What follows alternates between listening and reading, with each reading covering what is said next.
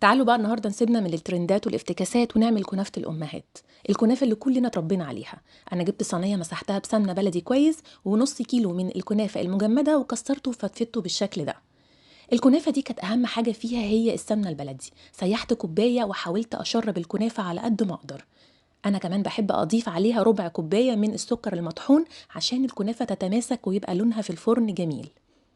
بحط بقى نص كمية الكنافة في الصينية، والخطوة دي مهمة ان انا ادوس عليها كويس قوي لحد ما تبقى متسوية كده.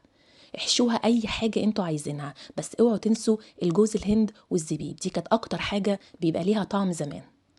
حطوا بقى سوداني، مكسرات، اللي انتوا عايزينه. نص الكنافه بقى الباقي هنحطه من فوق وهندوس عليها كويس قوي، ونحط شويه سمنه بلدي كده على الوش. هنسيبها في الفرن تلت ساعه او لحد ما الحروف تتحمر، وهنقلبها وهننزلها تاني في الصينيه، وهم زمان كانوا بيعملوا كده. وهندخلها تاني تقريبا لمده 10 دقايق. لما بنطلعها ممكن خلاص نصبها بالشربات، بس انا حبيت انقلها في طبق التقديم عشان يبقى شكلها حلو. لما بتطلع من الفرن بتكون سخنه، الشربات بيكون بارد، وهسيب لكم مقادير الشربات تحت الفيديو.